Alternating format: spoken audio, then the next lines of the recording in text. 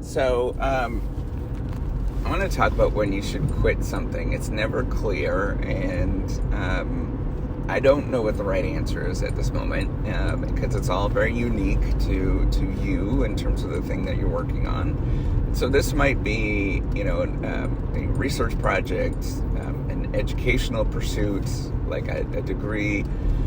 Might be a startup or something like that, and that this is a real problem that you might think about. So the trouble is, by the way, if you don't know me, I'm Professor Dave Massacker, Associate Professor of Innovation Strategy and Entrepreneurship, and I created this whole Reciprocity Project to give back as much as I possibly can. There's so many people who help me out that I want to pay the favor for it to help you out as much as I possibly can.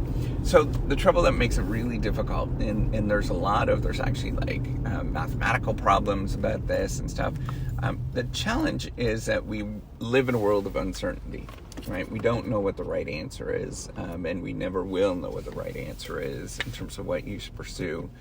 And as you pursue something, as you keep working at something, you actually gain more knowledge about what is the right course of action. So that's the challenge, is you never will know what is the right course of action. And as you work at it, you're learning, you're developing, getting better. And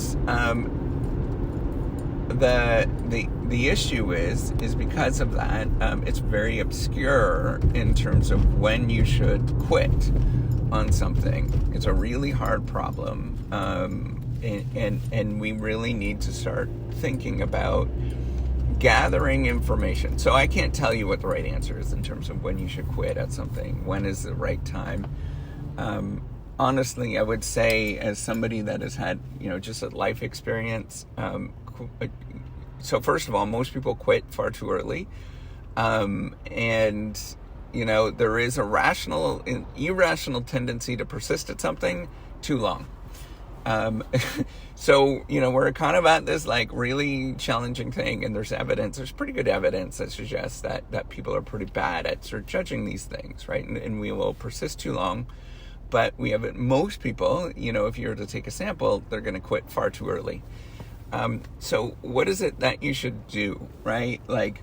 Once you start this thing, should you quit? I don't know what the right answer is. However, what I can tell you is for you to systematically approach the problem, right? So you have emotions. So first of all, use those emotions. Emotions are, what I've learned, are kind of like your spidey sense, right? Emotions give you a lot of information about how you feel and what you're doing. And if every day you're feeling kind of really upset with doing this thing, you can't do it, you can't keep going forward, you're you're essentially very depressed, right?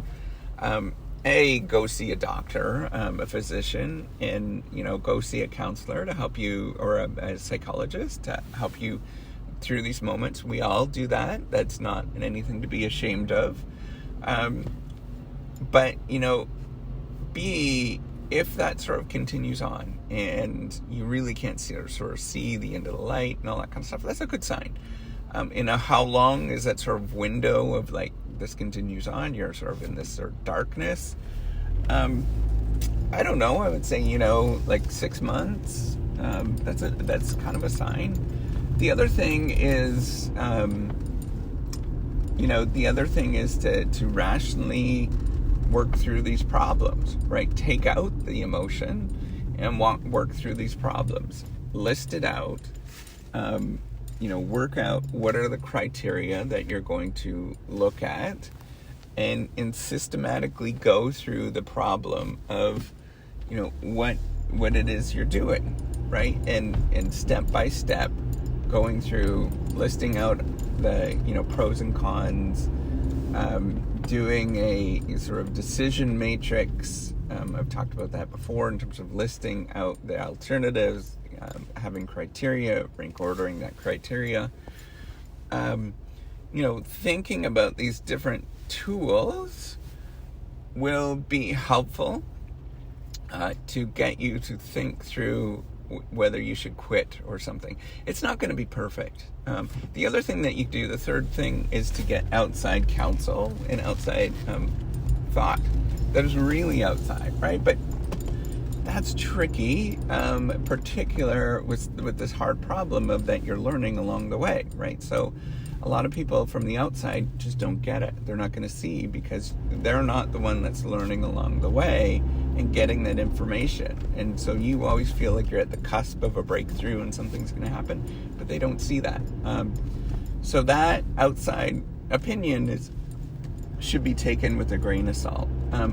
Now, what I could maybe sort of recommend, the last thing is thinking about the gains of that you're getting in each step, right? So if that is diminishing, that you are not getting as much out of every sort of effort that you're putting in, and it really is diminishing returns, that could be a sign to switch.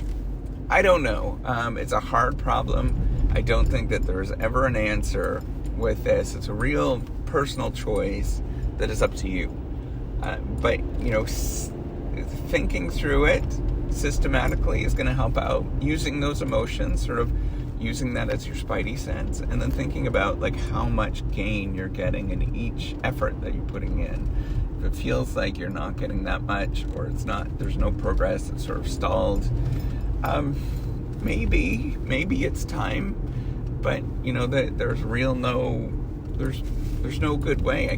There's nobody that's ever going to say, there's nothing that's ever going to jump out at you and say quit. You have to make that choice yourself and what that looks like. So hopefully you like this. Take care and have a wonderful day.